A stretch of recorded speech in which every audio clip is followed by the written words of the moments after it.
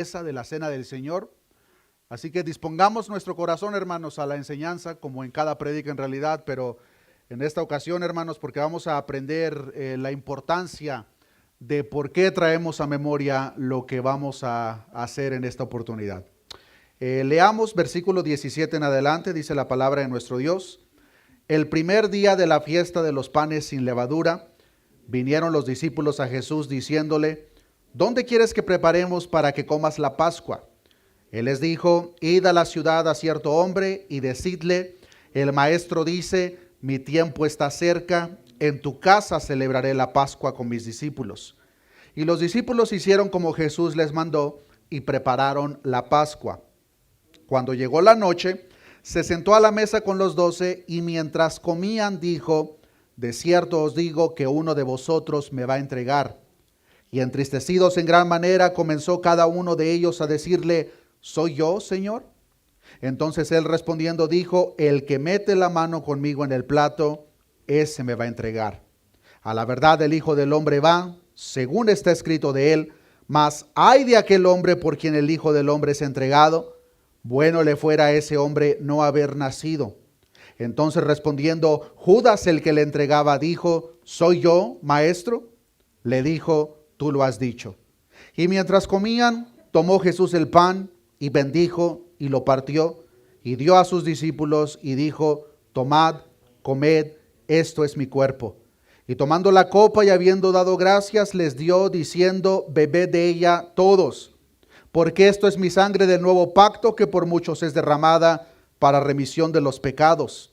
Y os digo que desde ahora no beberé más de este fruto de la vid, hasta aquel día en que lo beba nuevo con vosotros en el reino de mi Padre. Oremos a nuestro Dios. Padre, gracias te damos, Señor, porque nos has permitido en esta oportunidad reunirnos, Señor, para conmemorar, para traer a memoria, Señor, la obra redentora de nuestro Señor Jesucristo a favor nuestro.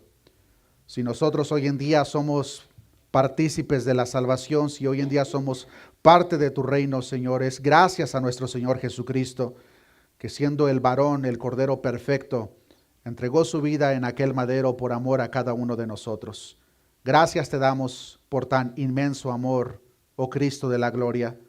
Oramos para que nos ayudes a disponer nuestro corazón y que podamos, Señor, examinarnos cada uno de nosotros de una manera profunda, Señor, para asegurarnos de que verdaderamente, Señor, existe ese agradecimiento en nuestro corazón por la obra redentora a favor nuestro.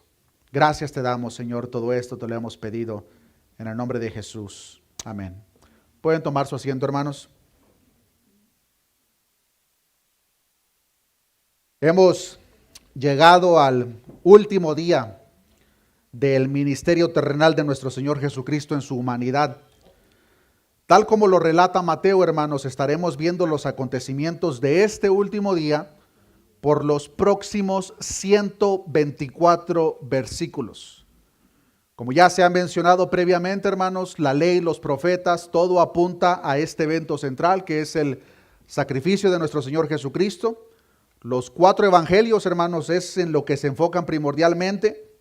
Y ahora, estando en el último día del ministerio terrenal de nuestro Señor Jesucristo, por lo menos tal como lo relata el Evangelio según Mateo, los próximos 124 versículos nos van a narrar lo que sucedió en ese último día. Semanas atrás ya aprendimos acerca del propósito de la celebración de la Pascua. En esta oportunidad, hermanos, vamos a aprender un poco más sobre los propios detalles de la celebración, ya que es la última Pascua que nuestro Señor Jesucristo celebra junto con sus apóstoles. Estos acontecimientos que nos relatan el día de hoy, hermanos, los vamos a aprender de acuerdo o conforme a la propia división que presenta el texto, tal como lo vemos en Mateo capítulo 26, que en realidad, hermanos, son 3 partes en las cuales nos vamos a enfocar en esta oportunidad. La primera siendo la preparación de la Pascua, la segunda siendo cuando el traidor es expuesto y la tercera cuando el nuevo pacto es establecido. Habiendo dejado esta información en claro, hermanos, vamos a profundizar y ver algunos de los detalles, comenzando con esta primera sección, que ahora llegamos, hermanos, al anticipado día de la Pascua. Ahora, tal como lo podemos ver, nuestro Señor Jesús está dando instrucciones a sus discípulos para que aquellos últimos detalles de la preparación se lleven a cabo, porque ya es el día, ya es el momento de que Jesús celebre la Pascua con sus discípulos. Seguramente ya la habían celebrado previamente, pero ahora, hermanos, es la última Pascua que nuestro Señor Jesucristo va a celebrar. Y por consecuencia, queridos hermanos, es el último día en la cual esta celebración tenía algún significado de acuerdo a la institución en la ley mosaica. Es decir, hermanos, desde ese punto en adelante no tiene absolutamente ningún sentido que la iglesia o el pueblo de nuestro Señor Jesucristo celebre la Pascua. Nosotros no celebramos la Pascua, hermanos, y hoy vamos a aprender por qué. Esta es la última Pascua celebrada. Pero veamos los detalles. Regresemos al versículo 17 de Mateo capítulo 26. Dice la palabra de Dios una vez más: el primer día de la fiesta de los panes sin levadura, vinieron los discípulos a Jesús diciéndole: ¿dónde quieres que preparemos para que comas la Pascua? Y él les dijo: id a la ciudad a cierto hombre y decidle: el maestro dice, mi tiempo está cerca, en tu casa celebraré la Pascua con mis discípulos. Y los discípulos hicieron como Jesús les mandó y prepararon la Pascua. Muy posiblemente, hermanos, para este entonces, como ya era de costumbre, los discípulos y todas las personas que iban a ser partícipes de esta celebración ya habían juntado todos los elementos que iban a ser parte de la propia celebración, y se puede asumir que para este punto en el cual Jesús comparte esta instrucción, los apóstoles, hermanos, ya tienen todos los ingredientes, todos los elementos que van a ser parte de la celebración. Lo único que les falta es el lugar donde lo celebrarían.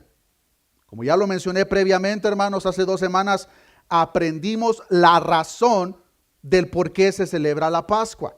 Pero en esta oportunidad, hermanos, quiero que profundicemos por unos minutos en la propia celebración de la Pascua y los elementos que eran partícipes de esta celebración, y que a la vez veamos su importancia en el nuevo pacto. Para que nos demos una idea, hermanos, de los elementos que típicamente estaban presentes en una celebración de la Pascua. En una celebración típica, hermanos, por lo menos debía de haber 10 personas por hogar. En la celebración de la Pascua debía de haber un cordero por hogar.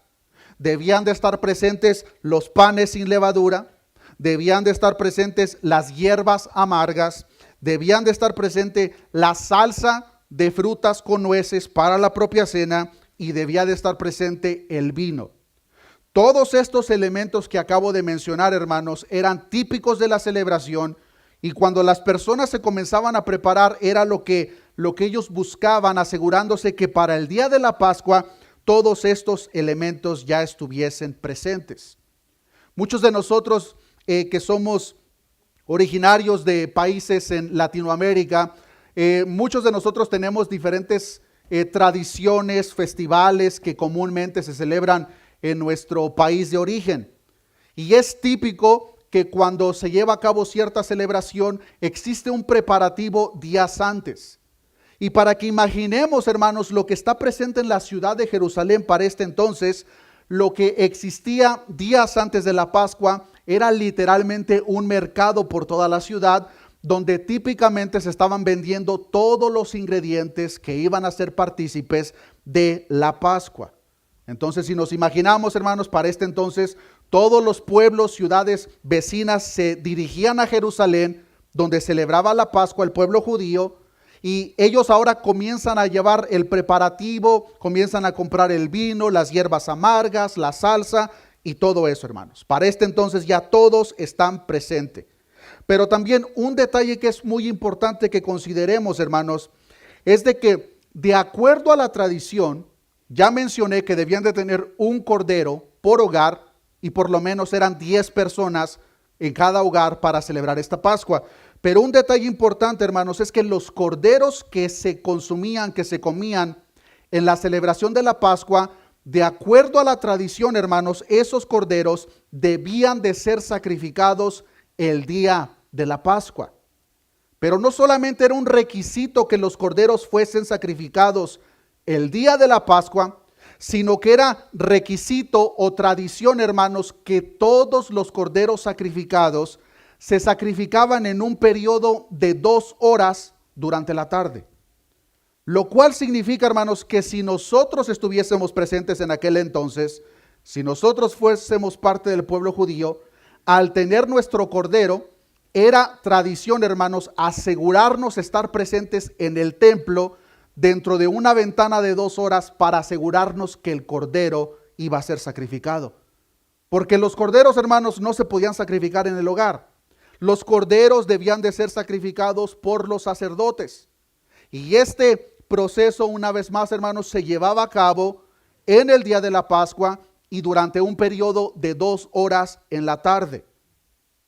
Si ponemos esta información, hermanos, y consideramos cuántas personas estaban presentes en Jerusalén, según los datos históricos, hermanos, para el tiempo de Jesús, era común que en el día de la Pascua se sacrificasen más de 250,000 corderos. 250,000 corderos por lo menos sacrificados en un periodo de 2 horas.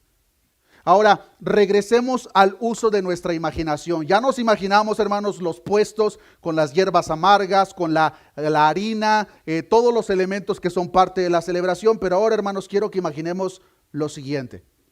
Yo no sé cuántos de los presentes han tenido la oportunidad, hermanos, de algún día visitar un matadero de animales. En mi país de origen nosotros les conocemos como rastros. No sé si sea lo mismo en los demás países. Pero estos lugares, hermanos, son muy especiales o muy específicos en lo que se experimenta cuando uno incluso se acerca a este tipo de lugar. Uno a cierta distancia de los rastros, hermanos, puede oler la sangre de todos los animales que han sido asesinados. En este entonces, hermanos, si consideramos que durante el tiempo o el día de la Pascua, en un periodo de 2 horas, eran más de 250,000 corderos sacrificados, hermanos, imaginemos el olor a sangre que penetraba no solamente el templo, sino las calles del templo. Según los comentaristas, hermanos, a consecuencia de los miles de corderos sacrificados, la sangre se vertía en el valle de Cedrón, al oriente del templo, y durante varios días después de la Pascua, esa corriente se volvía carmesí, brillante, de tal manera que el olor de sangre penetraba las calles. Esa era la típica celebración de la Pascua. Ya cuando se llegaba el tiempo en el cual se sacrificaban, queridos hermanos, en el valle de Cedrón, al oriente del templo, se podía ver cómo la sangre corría por las calles de los miles y miles de corderos que habían sido sacrificados. El olor de sangre penetraba las calles. Y eso de cierta manera traía a memoria lo que estaban a punto de celebrar. Recordemos que sin remisión de sangre no hay perdón de pecados. Ellos de cierta manera hacían esto en conmemoración a lo que pasó en el día del Éxodo, en el día en el cual nuestro Dios derramó la última plaga sobre la casa de Egipto. Esa es la escena en la cual nos encontramos. Es en esta escena en la cual ahora Jesús le da la instrucción a sus discípulos de que vayan y busquen el lugar donde celebrarían la Pascua. Ahora, con esto en mente, hermanos, asumimos, como ya lo mencioné, que los apóstoles ya tienen todos los ingredientes para celebrar la Pascua y lo único que les falta es el lugar donde lo van a celebrar. De ahí la pregunta que vemos en el verso 17, donde los apóstoles le preguntan: ¿dónde quieres que preparemos para que comas la Pascua? Hoy en día son muy típicos los Airbnbs. En aquel entonces ya existían, hermanos. Pero en aquel entonces, hermanos, era típico que durante este espacio de la Pascua, las personas que tenían propiedades en Jerusalén rentaban espacios para que las personas que venían de afuera pudiesen tener un lugar donde celebrar la Pascua. Y ahora podemos ver que en los preparativos que Jesús y los apóstoles han llevado a cabo, Lo único que les falta es el lugar donde lo van a celebrar. Ahora, cuando los apóstoles preguntan a Jesús, Jesús, ¿dónde quieres que preparemos para que comas la Pascua? Notemos la respuesta de Jesús. Y él dijo, id a la ciudad a cierto hombre y decidle, el maestro dice, mi tiempo está cerca, en tu casa celebraré la Pascua con mis discípulos. El Evangelio de Mateo, hermanos, solamente nos da el detalle de que Jesús los mandó a buscar a cierto hombre. Esto en realidad no nos ayuda mucho en cuanto a la descripción. Pero por el paralelo de Marcos y Lucas nos damos cuenta o notamos un detalle de una descripción un poco más específica de este cierto hombre. En el Evangelio de Marcos, capítulo 14, versículo 13, dice lo siguiente. Y envió 2 de sus discípulos y les dijo, id a la ciudad y os saldrá al encuentro un hombre que lleva un cántaro de agua, seguidle. Entonces ahora por el Evangelio de Marcos y Lucas nos damos cuenta que Jesús los ha enviado para que busquen a un hombre que lleva un cántaro de agua. Ahora nosotros podemos pensar, bueno, pero hay un festival presente, hay un mercado, hay miles y miles, más bien millones de personas en la ciudad. ¿Qué no sería muy típico encontrar miles de hombres cargando un cántaro de agua? Sería como que a nosotros se nos proveyese la instrucción, por favor vayan al mall y encuentren a una persona que está comprando. Bueno, pues hay miles de personas que van a acertar esa descripción. Pero hay un detalle a considerar, hermanos, de acuerdo a la cultura judía. Y este detalle importante, hermanos, es de que sí era muy común que las personas cargaran los cántaros de agua, pero de acuerdo a la cultura eran las mujeres las que cargaban los cántaros de agua. Los hombres usaban otro tipo de recipiente. Por lo tanto, cuando Jesús da esta descripción, los apóstoles muy seguramente pensaron, entonces no nos va a ser difícil encontrar a este cierto hombre, porque para nada era común que un hombre cargase un cántaro de agua. Por los propios evangelios paralelos nos damos cuenta que los 2 discípulos que Jesús envió fue a Pedro y Juan. Ellos hicieron de acuerdo como Jesús les instruyó, y por los mismos paralelos nos damos cuenta que el lugar que cierto hombre les tenía preparado, porque Jesús lo había provisto desde antes, era el aposento alto. Ese fue el lugar, queridos hermanos, donde Jesús celebró la última Pascua con sus discípulos. Fue en el aposento alto donde Él les habló del nuevo pacto. Fue en el aposento alto donde Jesús lavó los pies de sus discípulos. Y lo que este detalle nos muestra a cada uno de nosotros, queridos hermanos, es que al Dios soberano no se le pasa absolutamente nada. Nuestro Señor Jesucristo, queridos hermanos, ya tenía absolutamente todo preparado para que esta celebración se llevase a cabo. No solamente los elementos, sino también el lugar donde se llevaría a cabo tal celebración. Y los discípulos, hermanos, posiblemente ya, aunque considerando que la instrucción no fue del todo normal, posiblemente para este entonces ya estaban acostumbrados a las instrucciones de Jesús. No olvidemos que previamente, cuando entró a la ciudad de Jerusalén, les envió a que buscasen un burrito que no había sido montado. Las instrucciones de Jesús no eran del todo comunes, pero para este entonces podemos concluir que los discípulos ya tenían la confianza de que no importe cuál sea la instrucción, si nosotros la seguimos, el maestro ya lo tiene preparado. Y fue así como sucedió. Esto nos debe de generar de confianza a nosotros, hermanos, porque el mismo Dios que tenía absolutamente todo preparado para esto, es el mismo Dios, hermanos, al que nosotros servimos. Y es el mismo Dios que tiene absolutamente hasta el más pequeño detalle para que cada uno de sus propósitos y designios se cumplan en nosotros y para su obra. Todo ya está preparado, hermanos. Lo único que Dios espera de nosotros es que, como Pedro y Juan simplemente obedecieron. Dios mandó o dio la orden y ellos simplemente obedecieron. Es lo que nosotros debemos de hacer. Y dice el versículo 19, y los discípulos hicieron como Jesús les mandó y prepararon la Pascua. Ahora, ya habiendo considerado estos preparativos, hermanos, llegamos a la segunda sección de este sermón, donde ahora nos encontramos con la propia celebración y podemos ver cómo el traidor es ahora expuesto. Versículo 20. Cuando llegó la noche, se sentó a la mesa con los 12. Y mientras comían, dijo: de cierto os digo que uno de vosotros me va a entregar. Y entristecidos en gran manera, comenzó cada uno de ellos a decirle: ¿soy yo, Señor? Entonces él respondiendo dijo: el que mete la mano conmigo en el plato, ese me va a entregar. A la verdad, el Hijo del Hombre va, según está escrito de él, mas ay de aquel hombre por quien el Hijo del Hombre es entregado. Bueno le fuera a ese hombre no haber nacido. Entonces respondiendo Judas, el que le entregaba, dijo: ¿soy yo, maestro? Le dijo: tú lo has dicho. La propia celebración de la Pascua, aparte de los elementos que acabo de mencionar que debían de estar presentes en cada celebración, la celebración de la Pascua también tenía una secuencia de eventos muy específicos. Por ejemplo, a lo largo de la celebración de la cena, hermanos, se compartían 4 copas de vino. Primero se servía la copa inicial de vino mezclado con agua.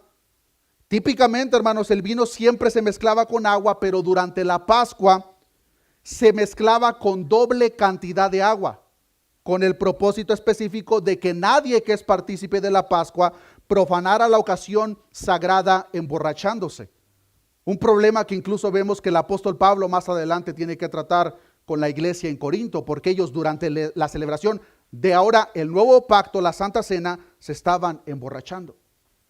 Una vez que se tomaba la primer copa, se hacía una pausa y se daba gracias a Dios.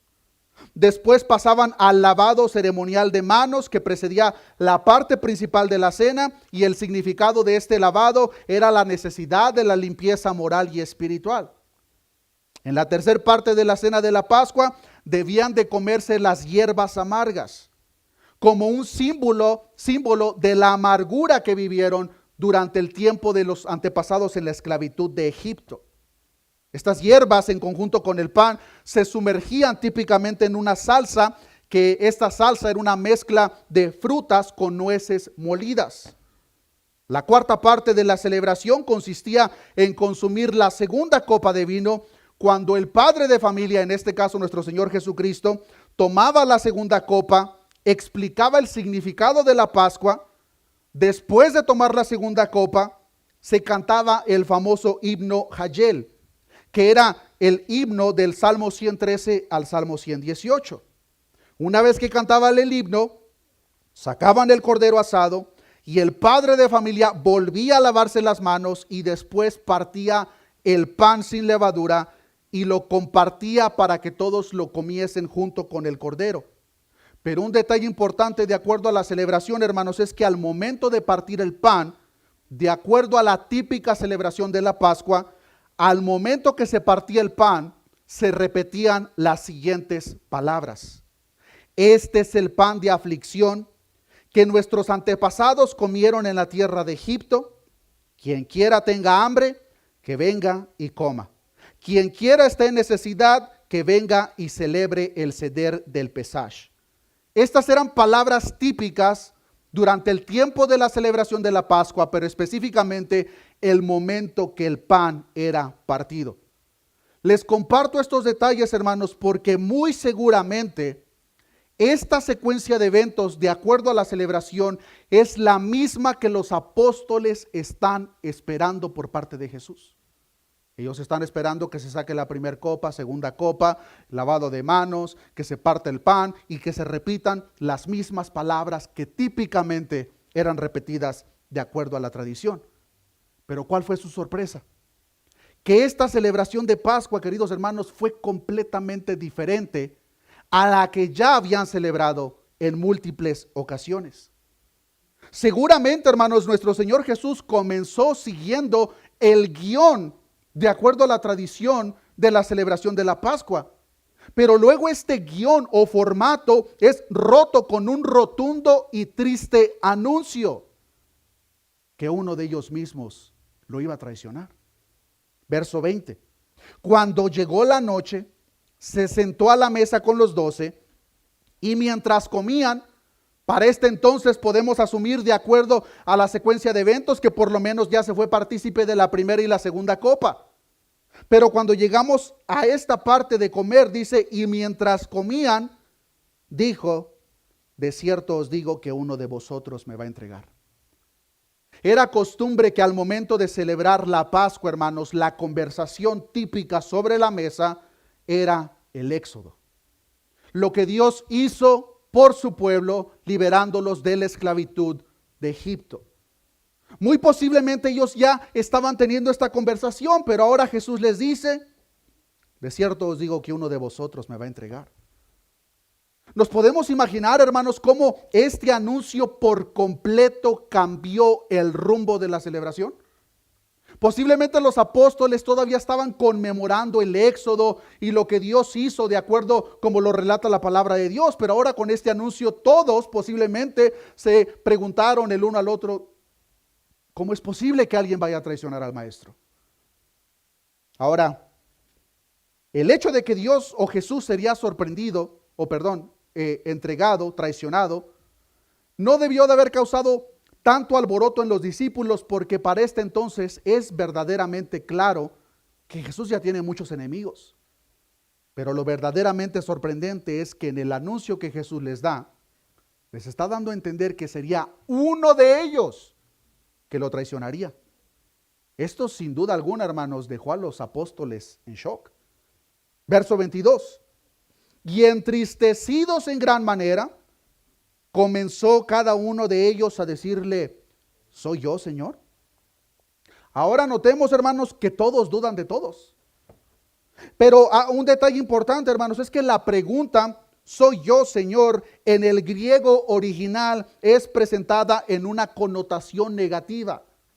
¿A qué me refiero con eso? Que la pregunta en realidad fue, Jesús, ¿verdad que yo no soy? Como tratando de librar, Jesús, ¿verdad que yo no soy el que te va a traicionar? ¿Verdad que yo no soy? La traducción lenguaje actual dice, los discípulos se pusieron muy tristes y cada uno de ellos le dijo, Señor, no estarás acusándome a mí, ¿verdad? ¿Verdad que yo no soy el que te va a traicionar? ¿Verdad que yo no soy el que te he traicionado? ¿Cuál fue la respuesta de Jesús? Versículo 23. Entonces él respondiendo dijo, el que mete la mano conmigo en el plato, ese me va a entregar. Tal respuesta no alivió la preocupación o curiosidad de los discípulos inmediatamente, pues seguramente para este entonces los 12 habían sido partícipes del pan y los 12 habían compartido del mismo plato del cual nuestro Señor Jesucristo les está hablando. Verdaderamente 11 de los apóstoles sentados a la mesa eran inocentes de tal acusación, pero como lo vimos previamente, el culpable ya está sentado ahí. Y muy seguramente el culpable carga consigo mismo las mismas 30 monedas de plata con las cuales vendió al maestro. Ahora nosotros nos podemos preguntar por qué Jesús no habló de una manera directa dando respuesta. Porque podemos ver aquí, hermanos, que los 12 apóstoles están dudando. Según el comentarista William Hendrickson, la respuesta de Jesús en el verso 23 sirvió con los siguientes propósitos. Número 1, una advertencia para Judas. Jesús da a entender a Judas de que él ya sabe lo que hizo y lo que está a punto de hacer. Pero en segundo lugar, tal información fija la atención sobre la profundidad del sufrimiento de Cristo, de tal manera que la traición de uno de los suyos era verdaderamente humillante. En tercer lugar, tal respuesta nos muestra que Jesús está en completo control de la situación. El hecho de que Judas lo vendiera por 30 monedas de plata no lo tomó por sorpresa. El hecho de que Judas en unos minutos está a punto de salir con los líderes religiosos y entregar a Jesús no lo toma por sorpresa. Pero en último lugar, tal anuncio por parte de Jesús dio una oportunidad para que todos, no solamente Judas, los 12 se examinasen a sí mismos. Jesús quería que cada uno de los apóstoles, los discípulos, se examinasen a sí mismos. Porque aunque es verdad que de los 12 solamente uno lo traicionó, los 12 no estaban enfocando su atención donde era debido. Porque por el Evangelio de Juan nos damos cuenta que en esta misma celebración, hermanos, los apóstoles empiezan a pelear para ver quién iba a ser el mayor cuando Jesús partiera. ¿Y qué es lo que hace Jesús? les lava los pies, para enseñarles que la verdadera grandeza no la entendían. Era necesario que los 12, no solamente Judas, examinasen su corazón. Es por eso que Jesús presenta tales palabras. Era necesario que todos analizasen su corazón. Pero eso no fue todo. Jesús agrega en su respuesta del mismo verso 24: a la verdad del Hijo del Hombre va, según está escrito de él, mas ay de aquel hombre por quien el Hijo del Hombre es entregado. ¿Cómo dice a continuación? Bueno le fuera ese hombre no haber nacido. Hermanos, no pensemos por algún momento de que Judas, antes de que naciese, fue programado como un robot para que traicionase al Mesías en este día. Porque eso no fue lo que sucedió. Judas traicionó a Jesús por su propia decisión. Judas traicionó a Jesús por su corazón corrupto y lleno de avaricia, porque no amaba a Jesús, amaba las riquezas. Pero como Jesús mismo lo acaba de mencionar, todo esto era necesario que sucediera. Pero ay de aquel hombre por quien el Hijo del Hombre es entregado. Bueno le fuera a ese hombre no haber nacido. La propia advertencia por parte de nuestro Señor Jesús debió haber sido suficiente para que Judas al instante se arrepintiese y pidiese perdón.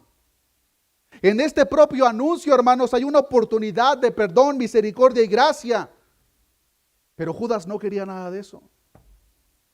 Judas quería dinero. Por lo tanto, lo rechazó. Claro, Dios ya sabía esto.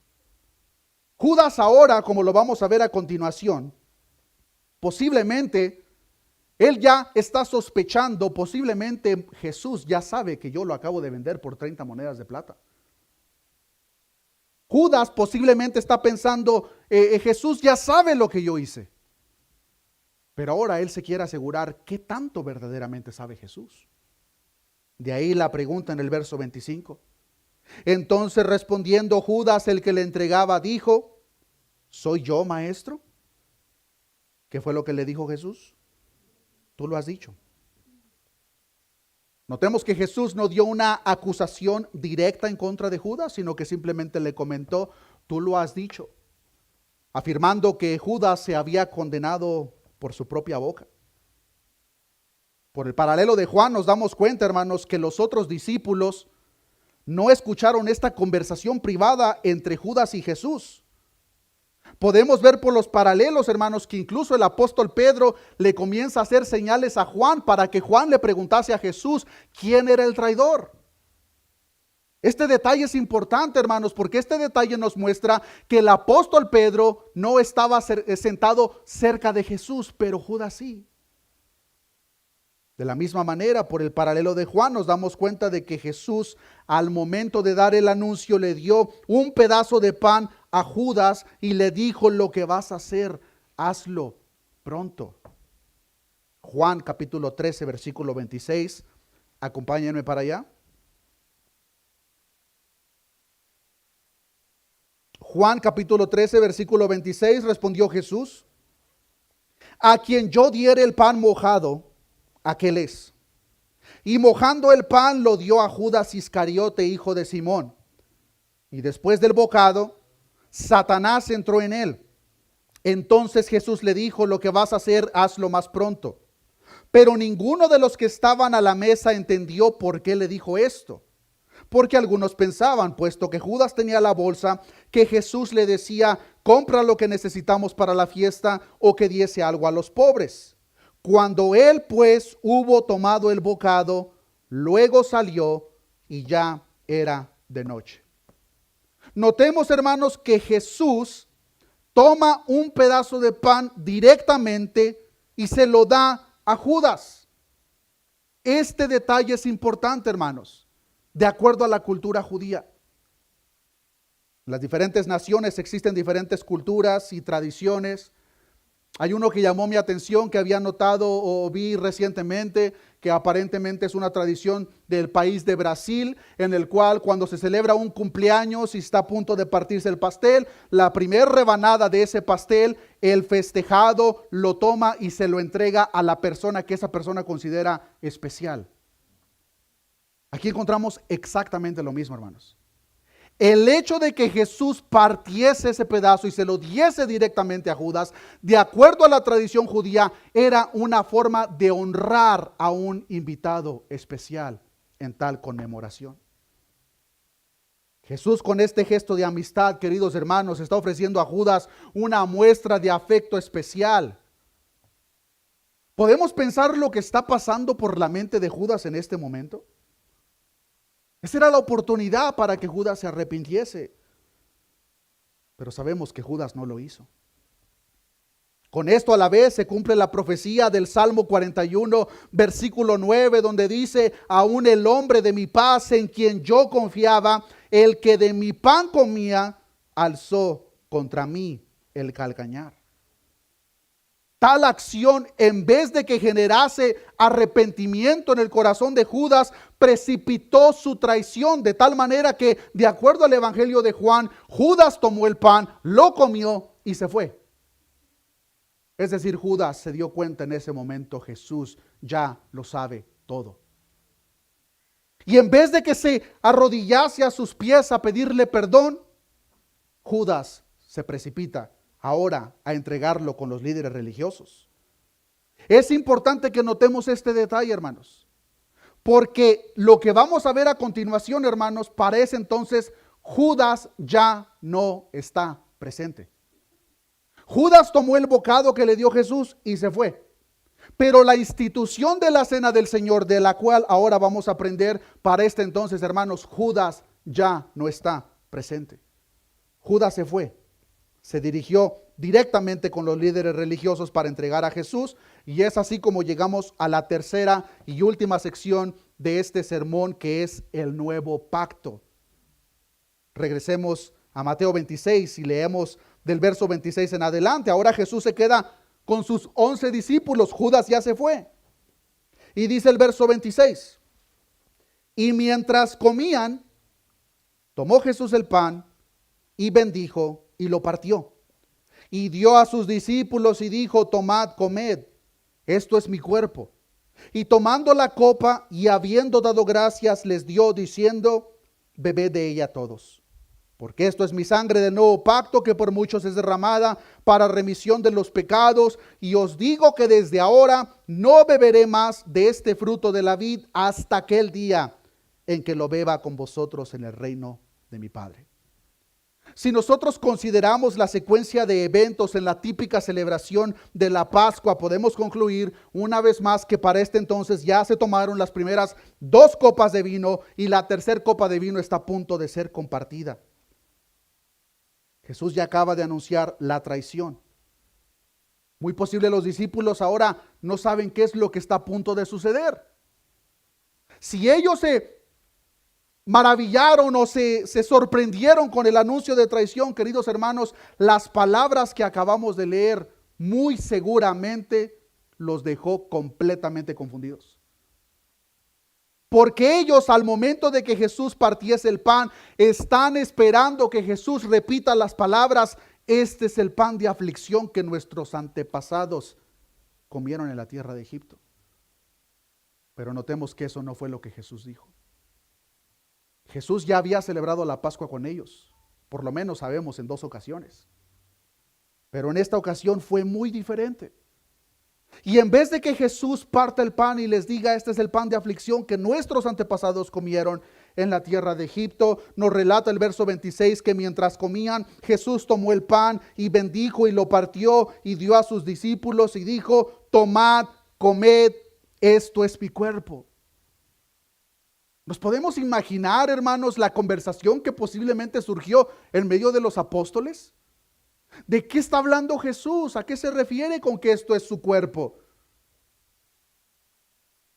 Los discípulos posiblemente le preguntaron: ¿a qué te refieres, Jesús? Aquí encontramos un detalle importante de la misma manera, hermanos. Y es importante notar de que lo que nosotros vamos a hacer en unos minutos, hermanos, los elementos no tienen absolutamente ningún poder. Los elementos de los cuales vamos a ser partícipes no nos limpian de pecado.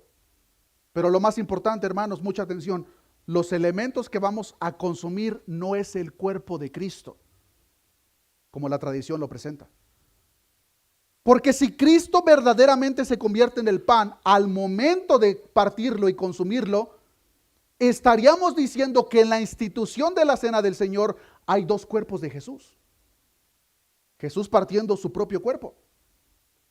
Eso no tiene absolutamente ningún sentido. Claramente Jesús está hablando figuradamente cuando dice esto es mi cuerpo. Por el Evangelio de Juan nos damos cuenta a qué se refería. Jesús dijo yo soy el pan de vida. Pero esto, queridos hermanos, no se convierte en el cuerpo de Jesús. El vino no se convierte en la sangre de Jesús. Es solamente en memoria de lo que Jesús hizo por nosotros. Pero Jesús ahora, sin decirlo explícitamente, hermanos, está marcando el fin de la Pascua, tal como los discípulos lo conocían. Sería la última Pascua celebrada, pero a la vez sería la primer cena celebrada, la institución de la cena del Señor. Es el fin del antiguo pacto y el comienzo del nuevo. Jesús les está diciendo que Él es el cumplimiento de la Pascua. Jesús les está diciendo que Él es el pan de vida. Y quien quiera que lo coma o crea en Él, tiene vida eterna.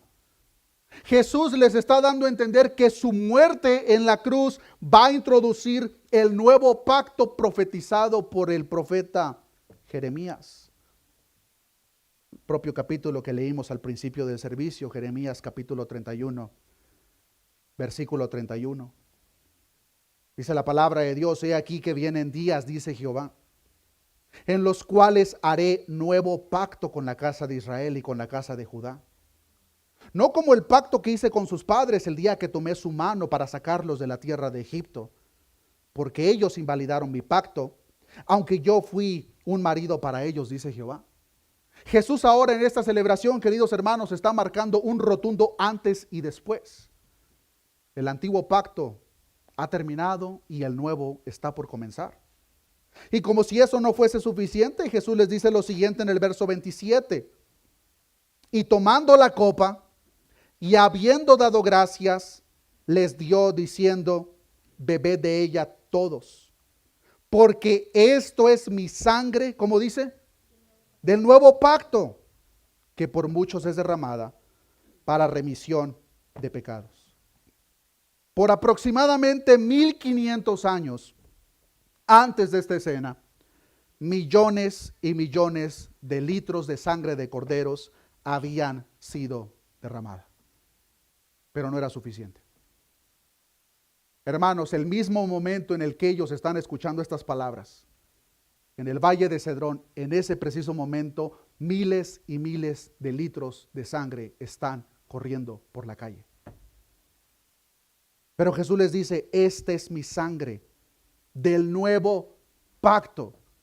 El antiguo pacto está a punto de cumplirse. Todo apuntaba a eso. Y en ese preciso momento, como ya lo mencioné, afuera del templo estaba la sangre de los miles de corderos corriendo por la calle. Jesús les dice, porque esto es mi sangre del nuevo pacto, que por muchos es derramada para remisión de los pecados. La sangre es un símbolo específico que la palabra de Dios nos enseña, como ya se mencionó. En el antiguo pacto se requería, queridos hermanos, que la sangre fuese derramada, pero nunca fue suficiente, no importaba cuántos sacrificios se llevaban a cabo. Pero en el nuevo pacto podemos ver claramente, queridos hermanos, que con un solo cordero fue suficiente para pagar los pecados de millones y millones de personas, de los cuales nosotros somos partícipes. Es lo que traemos a memoria en esta oportunidad, hermanos. Hebreos capítulo 9, versículo 22 nos enseña, casi todo es purificado según la ley con sangre, y sin derramamiento de sangre no se hace remisión. Mucha atención, verso 23. Fue pues necesario que las figuras de las cosas celestiales fuesen purificadas así, pero las cosas celestiales mismas con mejores sacrificios que estos. Porque no entró Cristo en el santuario hecho de mano, figura del verdadero, sino en el cielo mismo para presentarse ahora por nosotros ante Dios. Y no para ofrecerse muchas veces, como entra el sumo sacerdote en el lugar santísimo cada año con sangre ajena. De otra manera le hubiera sido necesario padecer muchas veces desde el principio del mundo, pero ahora en la consumación de los siglos se presentó, ¿cuántas veces? Una vez para siempre por el sacrificio de sí mismo para quitar de en medio el pecado. Toda la Biblia de principio a fin, queridos hermanos, nos apunta a este evento central. Y lo que hoy en día traemos a memoria, lo que hoy en día conmemoramos, es como el Cordero perfecto que es nuestro Señor Jesucristo cumplió la Pascua del antiguo pacto, es nuestra Pascua, pero también nos da una promesa, queridos hermanos, de que en Él no solamente tenemos la vida eterna y la salvación, sino que llegará el día, queridos hermanos, en el cual cada uno de nosotros volveremos a ser partícipes de la misma mesa, pero ahora con el Cordero que fue inmolado sentado a la misma mesa. Lo hacemos por memoria de eso, hermanos, por lo que Cristo hizo por nosotros. No hay absolutamente ninguna instrucción en la palabra, hermanos, para que la iglesia celebre la Pascua. No se diga, hermanos, la típica celebración de nuestros tiempos, que aparte de haber sido comercializada, es una verdadera ofensa al verdadero sacrificio de nuestro Señor Jesucristo. Donde ahora la atención es quitada de Cristo y ahora la atención es puesta en conejas con huevos. Nada que ver. Nosotros, repito, hermanos, no tenemos que celebrar la Pascua. La Pascua ya fue cumplida en Cristo. Pero ahora nos reunimos, hermanos, como Jesús lo instruyó.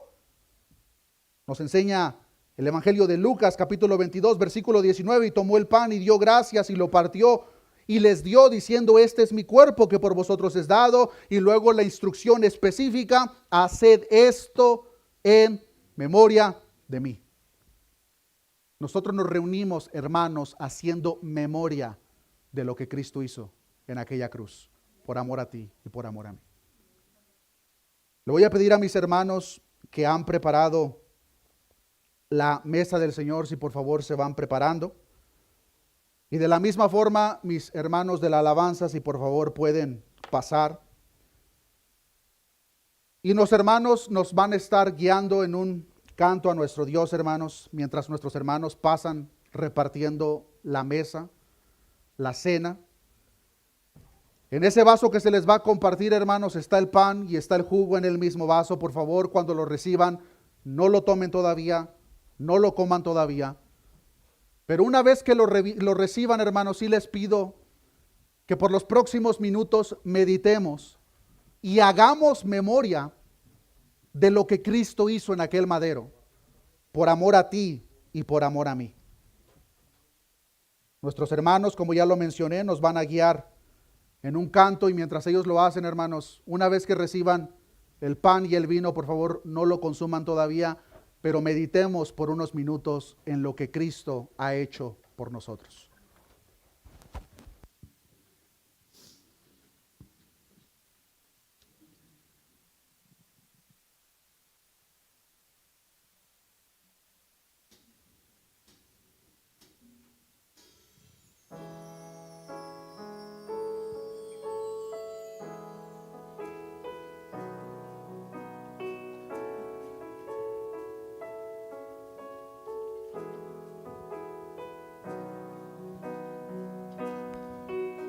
El misterio de la cruz no puedo comprender, la angustia que llegó a sufrir. El perfecto Dios, su Hijo, entregó la copa amarga, Él bebió por mí. El misterio de la cruz no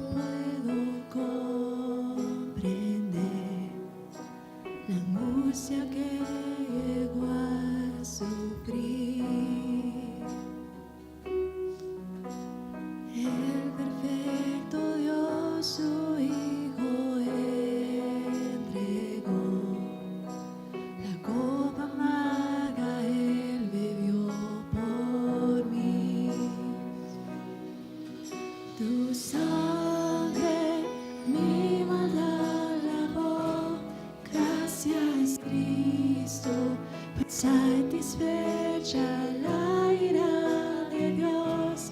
Gracias, Cristo, tu enemigo fui, y hoy me siento a tu mesa. Gracias, Cristo,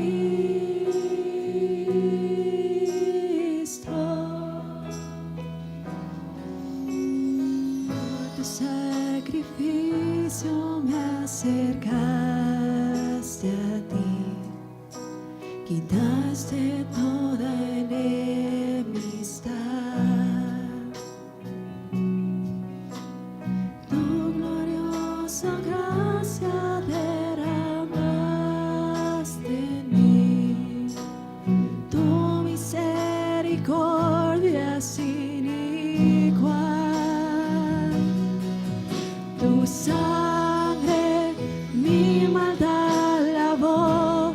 Gracias, Cristo, pues satisfecha la ira de Dios. Gracias, Cristo, tu enemigo fui, y hoy me siento a tu mesa. Gracias, Cristo,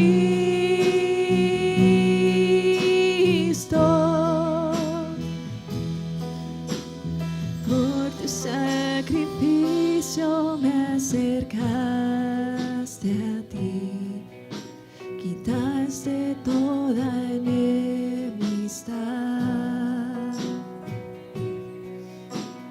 Tu gloriosa gracia derramaste en mí, tu misericordia sin igual. Tu sangre mi maldad lavó. Gracias, Cristo, pues satisfecha la ira de Dios. Gracias, Cristo, tu enemigo fui, y hoy me siento a tu mesa. Gracias, Cristo,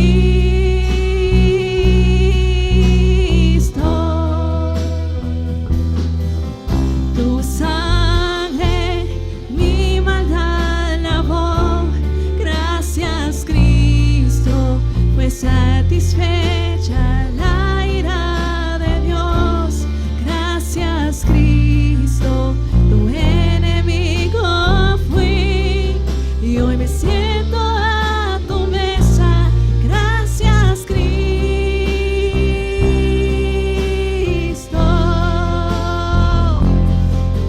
tu sangre mi maldad lavó. Gracias, Cristo, pues satisfecha la ira de Dios.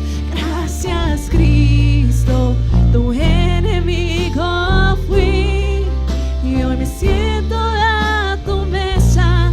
Gracias, Cristo,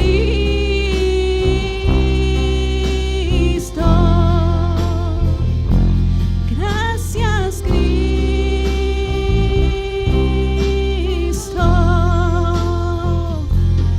gracias, Cristo.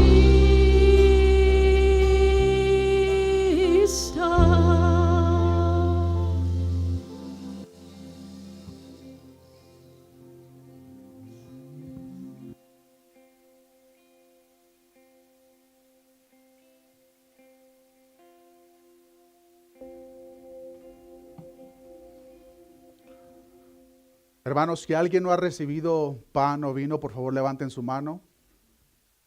Es importante que todo el cuerpo de Cristo, toda la iglesia, nuestro Señor Jesucristo, sea partícipe. Me parece que todavía están entregando en esa parte de atrás. Tomamos un tiempo, hermanos. Un detalle importante que notamos, hermanos, al analizar cada uno de los evangelios que nos muestran la institución de la Cena del Señor, es que ni Mateo, ni Marcos, ni Lucas, ni Juan nos presentan en ningún momento que ellos comieron el cordero. Y este detalle es importante, hermanos, porque el cordero ahora no, el enfoque, hermanos, no es en el cordero sobre la mesa, sino que el enfoque está en el cordero que está sentado a la mesa. el mismo del cual predicó Juan el Bautista cuando dijo: he aquí el Cordero de Dios que quita el pecado del mundo. Es lo que ahora traemos en memoria. Este pan, como ya lo mencioné, hermanos, es solamente en memoria. Este no es el cuerpo de Cristo. Pensar que literalmente es el cuerpo de Cristo daría a entender que es necesario que lo continuemos sacrificando, pero eso contradice por completo lo que la palabra nos enseña. La palabra claramente nos enseña que un sacrificio fue más que suficiente para perdonarnos y limpiarnos de toda maldad. Esto es solamente una representación de lo que pasó con nuestro Señor Jesucristo el momento que se encontraba en aquel madero. Como el pan es partido, así fue el sufrimiento de nuestro Señor Jesucristo.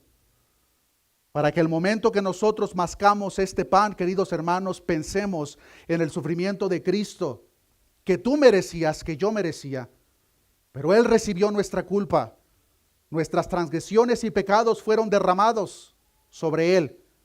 De tal manera que, como nos enseña el profeta Isaías, una vez que esos pecados se encontraban en Él, Jehová quiso quebrantarlo. Primera de Corintios 11:23 nos enseña: porque yo recibí del Señor lo que también os he enseñado, que el Señor Jesús, la noche que fue entregado, tomó pan, y habiendo dado gracias, lo partió y dijo: tomad, comed, esto es mi cuerpo que por vosotros es partido, haced esto en memoria de mí. Comamos el pan.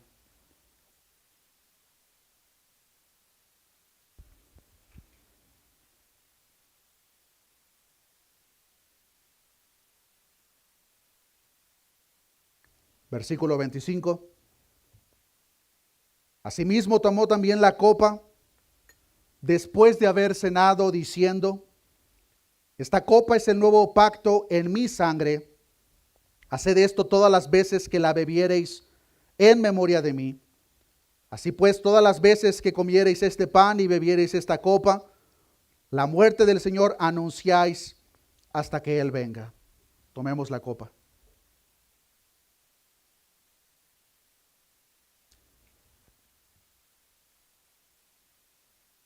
Esta conmemoración no solamente trae a memoria lo que Cristo hizo en la cruz por amor a cada uno de nosotros, sino que también es un recordatorio de esperanza para cada uno de nosotros, queridos hermanos, que llegará el día en el cual no haremos esto de una manera ceremonial, sino que cuando Cristo venga por su iglesia, la promesa es que volveremos a ser partícipes del fruto de la vid. Como Jesucristo mismo dijo en el verso 29 de Mateo 26, y os digo que desde ahora no beberé más de este fruto de la vid, hasta aquel día en que lo beba de nuevo con vosotros en el reino de mi Padre. Llegará el día, hermanos, en el cual, cuando el pecado, sufrimiento y todos esos acontecimientos de este mundo caído queden en el pasado y estemos en la presencia del Cordero que fue inmolado, volveremos a ser partícipes, pero ahora directamente con nuestro Señor Jesucristo, el Cordero perfecto, sentado a la mesa. Oremos a nuestro Dios. Padre, gracias te damos, Señor, en esta oportunidad, por tu amor tan grande para con nosotros. No habiendo merecido tal amor, Señor, tú enviaste a tu Hijo Jesucristo para que muriese en aquel madero por amor a cada uno de nosotros. Señor, de acuerdo al antiguo pacto podemos ver, Señor, que eran miles y miles de corderos sacrificados año a año, pero no era suficiente para cubrir tanta maldad de este mundo. Pero sabemos, Señor, tal como tu siervo Pablo lo presenta más adelante, que todo eso no era más que sombra de lo que había de venir. Nosotros, Señor, ahora entendemos que Cristo es el cumplimiento de nuestra Pascua. Cristo es ese Cordero perfecto, santo, que derramó su sangre para la remisión de nuestros pecados, habiéndonos limpiado de toda maldad. Maravillosos y extraordinarios regalos que nosotros encontramos en Cristo. Esperamos a la vez ansiosamente, Señor, aquel día glorioso en el cual, oh Cristo, vengas por tu iglesia. nos reuniremos contigo por la eternidad y se dará apertura a esa eternidad nueva a través de una gloriosa celebración, donde volveremos a ser partícipes de la mesa, pero ahora contigo, oh Cristo, sentado en ella misma. Gracias te damos, Señor. La honra y la gloria sean dadas a ti, hoy, mañana y por los siglos de los siglos. Amén.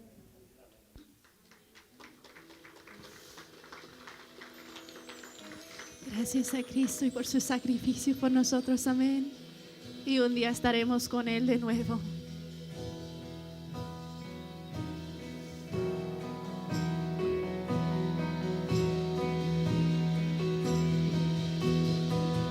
Tu sangre mi maldad lavó.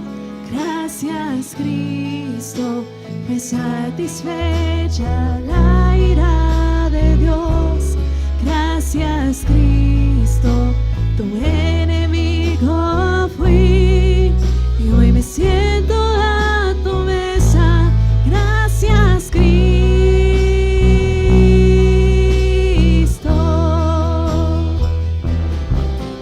Tu sangre mi maldad lavó. Gracias, Cristo, fue satisfecha la ira de Dios. Gracias, Cristo, tu enemigo fui y hoy me siento a tu mesa. Gracias, Cristo.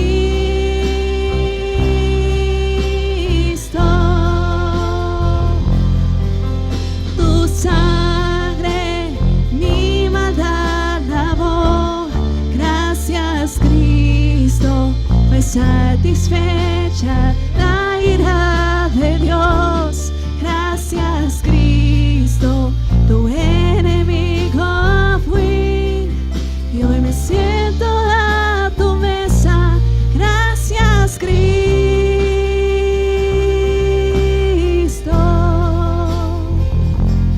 Gracias, Cristo.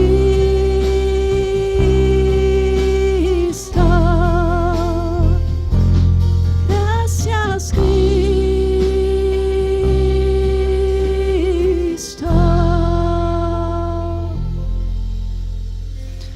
Gracias a Cristo.